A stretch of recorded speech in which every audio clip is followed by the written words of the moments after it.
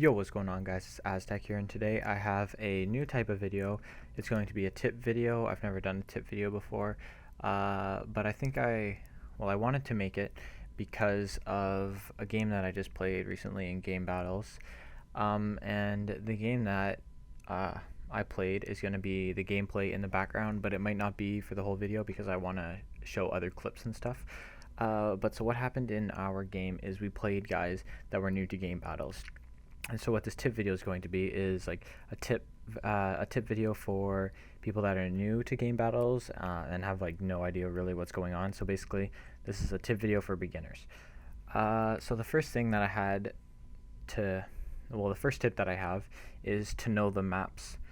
Knowing the maps is pretty important because it helps you know where the enemies can be at what times, like knowing how fast it takes them to get to one place to another and stuff like that.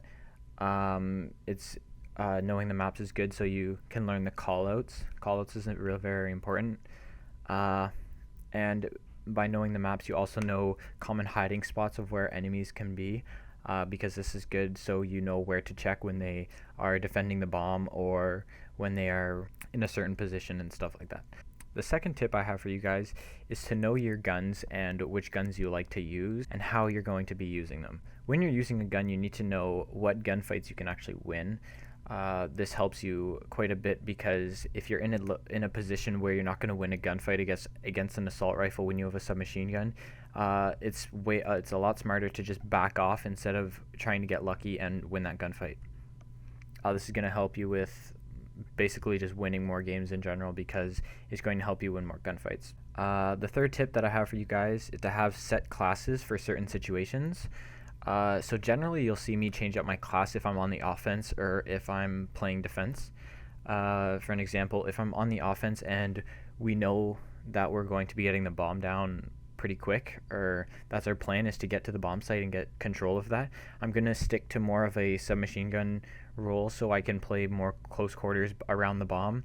But in certain situations, you could even use a submachine gun when you're on the defense because you know the timing of the maps, because that's what you've learned from the first tip that I told you guys.